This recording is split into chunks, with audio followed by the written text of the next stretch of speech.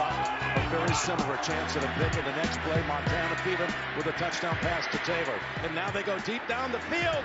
And it is intercepted on the rebound by Bell. On Bell. Oh, he is clobbered, clotheslined at the 45.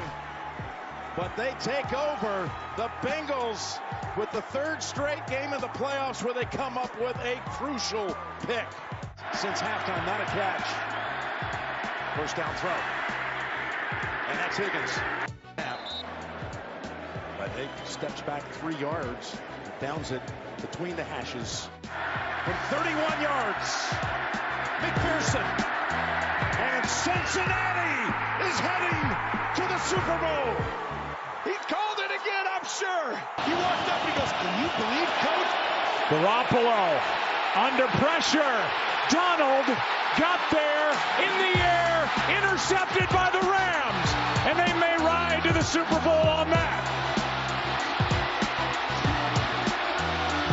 Aaron Donald with the pressure and Travon Howard with the interception.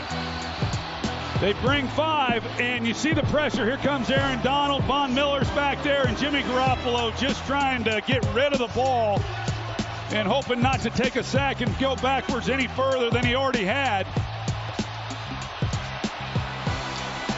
And there's Travon Howard to end the game. Oh, this is interesting to see the Daily Sports Podcast.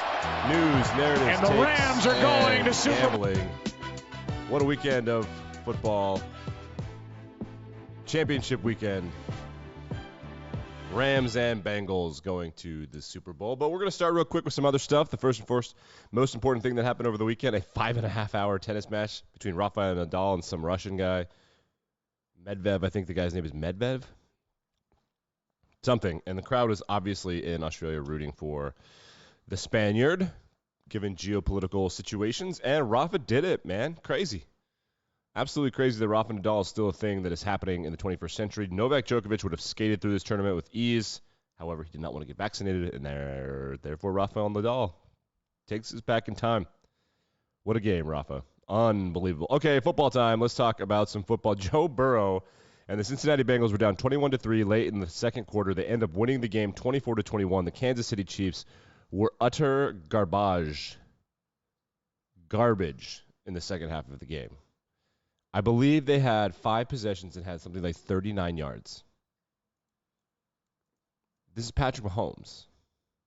5 possessions, 39 yards in the second half. They had first and goal from the 5 with 15 seconds left in the second half, and they had first and goal from the 5 with 1 minute and 30 seconds left in all 3 timeouts to end the game. They end up, of those 2 possessions, getting 3 points. They were a little too cute. They were a little too cocky, and they got beat.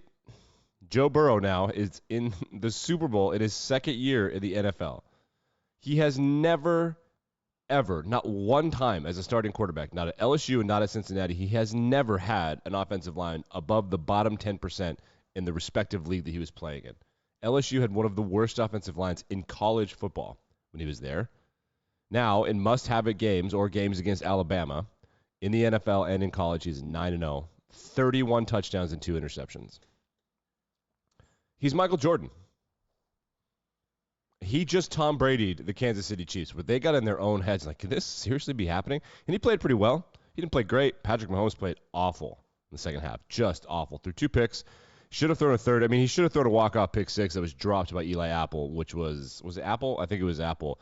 Dropped a walk-off pick 6, and then the next play, the interception you just heard right there, courtesy of CBS, he did throw an interception. So he threw interceptions on back-to-back plays. One of them was dropped, and we'll get to big dropped interceptions later. But wow, what a game. It was the best championship Sunday I can ever remember. Always these games going into overtime, back-to-back overtime games for the Chiefs. Wow. The Bengals beat the Raiders. They beat the Titans. They beat the Chiefs, and now they're going to the Super Bowl. Crazy. The Los Angeles Rams, they defeat the San Francisco 49ers for the first time since 2017. Matt Stafford's going to a Super Bowl. Stafford did his very best to completely ruin the game, and Stafford all over the place. But one of the worst interceptions I've ever seen was just simply dropped. It hit his chest, and then it hit his hands. I think it was Jaquiski Tart that dropped it. It was one of the worst things ever. Also, we'll give a shout-out to Ben Skowronek. dropping a touchdown, insanely wide open. He got so wide open. It was in the end zone. It would have been like a 50 or 60-yard bomb. And he just, like, dropped it. Nobody around. Just, oh, whoops, I went the wrong way. Look, my hands. Oh, no, dropped it. The dropped interception by Tart really changed things, but Cooper Kupp is incredible. Stafford is either going to, A, lose the Super Bowl to Joe Burrow, which would just be the most Matthew Stafford thing ever, or B, the other most Matthew Stafford thing ever. He's going to throw for like 300 yards, and the Super Bowl MVP is going to be Cooper Kupp. That's how it goes. Aaron Donald played out of his mind. These two teams, we have plenty of time. We have like 10 business days to the next football game. The Senior Bowl is going to happen twixt then and now, which people will be excited about. Pro Bowl will happen, which everyone will forget about. The NBA, baseball stuff is going to happen. And then, bam, we're going to have a Super Bowl game. So there's a bye, and then the Super Bowl. Storylines to consider. I think as a Lions fan, I'm really fascinated to watch just how quickly people are going to get annoyed with Kelly Stafford. That is going to happen. I'm 100% certain that's going to happen. She's so agitating. Joe Burrow, people are really going to get all up in arms about Joe Burrow. We'll see what he has to say about that. In his post-game press conference, he was asked if his Joe Burrow Nike swoosh chain, I guess we'll bring it up right here, are those real diamonds in there, Joe? And his response was some swaggy stuff. They're definitely real. I think I make too much money to have fake ones, so, these are real. He's still young enough for him being cocky to be super cool. And it is. I want to give a shout out to KMBC, I think it's the ABC 9 affiliate in Kansas City, who tweeted the following. There's a graphic of Patrick Mahomes throwing a football. In the tweet, it reads, "Against all odds, : Here, I'll bring it up. You can look at it. Against all odds, we were never supposed to be here. FYI, the Chiefs were the odds-on favorite for the entire preseason, the entire offseason, and like at least 6 weeks during the regular season. We never meant to make it this far. You were literally the favorite. But against all odds, we did. What a season. Against all odds. Other than having like Hall of Famers everywhere and one of the best coaches in NFL history. What a season. Thank you for an incredible ride. We will always be #Chiefs Kingdom." And then in the graphic, it reads, "We were never supposed to be here. They counted us out. They put us down. No. But this team battled back. Yeah. We did it once. We'll do it again. No." Patrick Mahomes is making like $1 trillion. This Jason Kelce's 32. Tyreek Hill's getting older. This might have been, I think this is the last real shot unless they make some aggressive moves. I think the all-in stuff, they're going to have to make weird adjustments. They're going to head down the Rams pathway when the Rams paid Jared Goff. You got to figure it out. The real story from the Chiefs and Bengals game was that Walker Hayes, the guy that sings that annoying Applebee's song, he was supposed to perform at halftime, and usually they let you watch the halftime performance show. But CBS has Paramount Plus, which is just a travesty of a streaming service, and they have a new Halo series. So they wanted to debut the Halo trailer rather than do Walker Hayes, specifically because Walker Hayes' song is about Applebee's, and CBS is like, we're not doing an Applebee's commercial for free. So instead, they did the CBS halftime show with the panel of people while Walker Hayes was playing in the background. And this is what happened. Oh, my God. It was really incredible. He's going to have to do something big in the second half to help out his offense. I have no idea what you just said. I can't hear a thing anybody is saying. All I know. Did you see it? Did you hear that? Want to do one more time? About his offense. I have no idea what you just said. I can't hear a thing anybody is saying. All I know. That happened on television. But I guess it makes sense. I guess they're not going to let Walker Hayes and Applebee's get away with no free ads here. Also, the Halo series. I've been wanting Halo to be a series for years or a TV show, and it just doesn't look like it's going to be good. It looks like it's going to be shitty. I forgot Kyle Shanahan didn't go for it. 4th and 2 from the Rams 45 in Rams territory. He didn't go for it. He decided to go under center and make it look like they were going to go for it and then just do the take a flag thing. Oh, my God. Oh, my God, that was bad. Oh, Shanahan.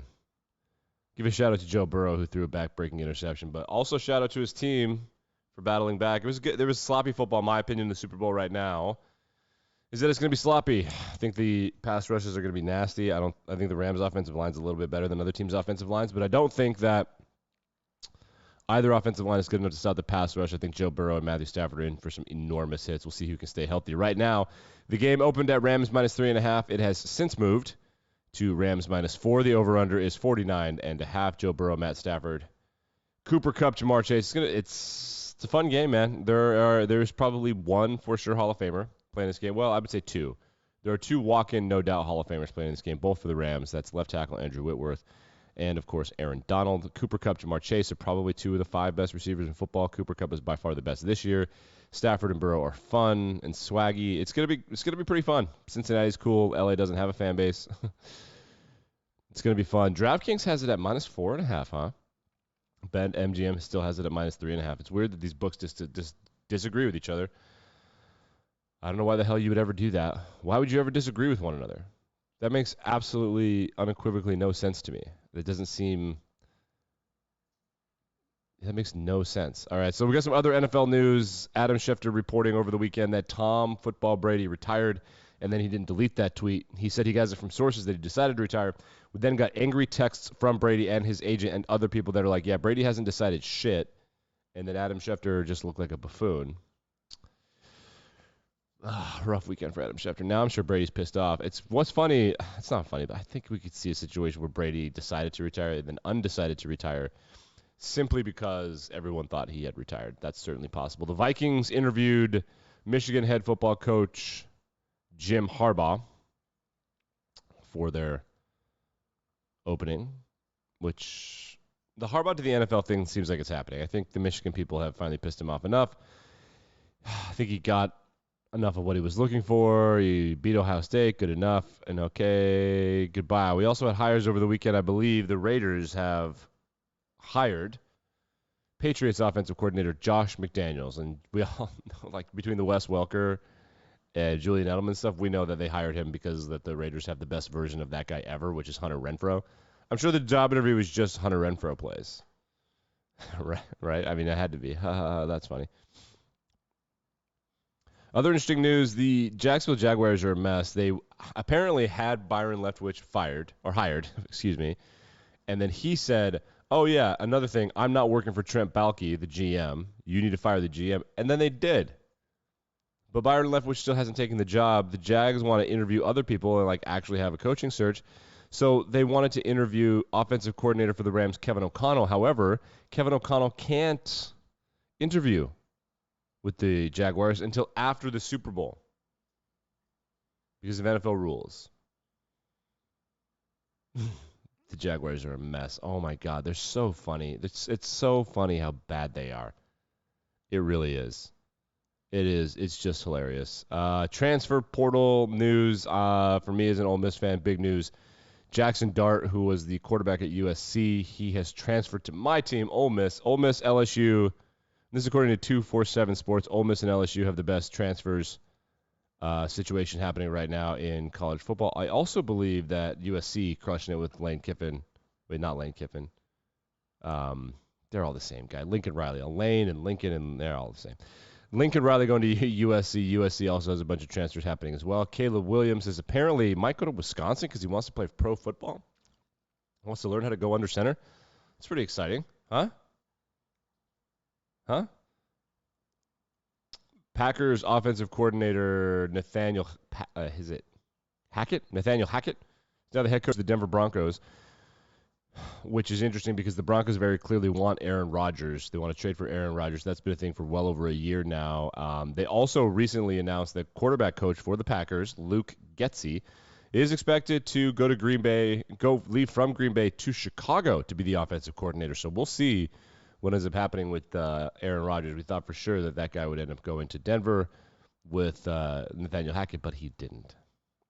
Very jealous of all of you that got a winter weekend. It looked like it was a ton of fun. I wish it had happened to me. It didn't, alas. We have more NBA and NHL stuff happening, All-Star stuff, Olympic stuff, and all of that coming up later this week. We'll get you out of here on this. Purdue basketball. Big win over the weekend. A semi-buzzer beater. Who doesn't love a semi-buzzer beater? Let's do it.